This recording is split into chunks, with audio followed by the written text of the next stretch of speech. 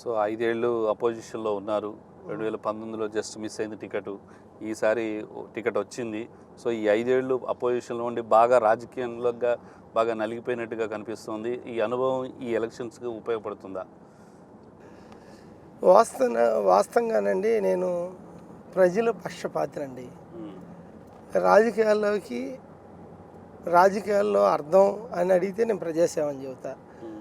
అందరూ ఏం చెబుతారు ఏం చేస్తారో నాకు తెలియదు, కానీ నేనైతే ప్యూర్లీ ప్రజల కోసం రాజకీయాల్లోకి వచ్చానే తప్పించి ఆస్తులు కాపాడుకోవటం, ఎమ్మెల్యే సెల్యూట్ కొట్టించుకోవటం, లేదంటే ఆస్తులు సంపాదించుకోవటం కోసం నేను రాజకీయాల్లోకి రాలేదని నేను పబ్లిక్ ఫేస్లోనే ఎన్నో వందల సార్లు తెలియజేశా. అది నమ్ముతున్నారు.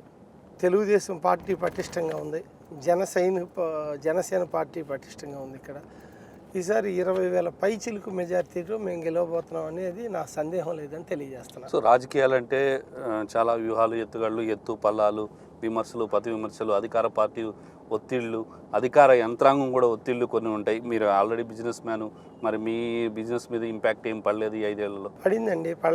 అసలు బిజినెస్ మీద ఇంపాక్ట్ పడకుండా ఎలా ఉంటుంది? వాళ్ళు ఏదో ఒకటి చేయటం కోసం, ఏదో ఒకటి ఇబ్బందులు పెట్టడం కోసం, పొల్యూషన్ అని అదని మమ్మల్ని చాలా ఇబ్బందులు పెట్టారు. వాటన్నిటికీ కూడా యాజ్ ఫర్ నామ్స్ ప్రకారం మేము ఇంకా ఆ నామ్స్కి అందుకుని పర్ఫెక్ట్గా బిజినెస్ చేయాలి. అన్ని రకాల ట్యాక్సులు కట్టాలి, ఇన్కమ్ ట్యాక్సులు, సేల్ జిఎస్టీలు అన్నీ బాగా కట్టాలి. పవర్ బిల్స్తో సహా ఎన్ని పర్ఫెక్ట్గా ఉంటాం.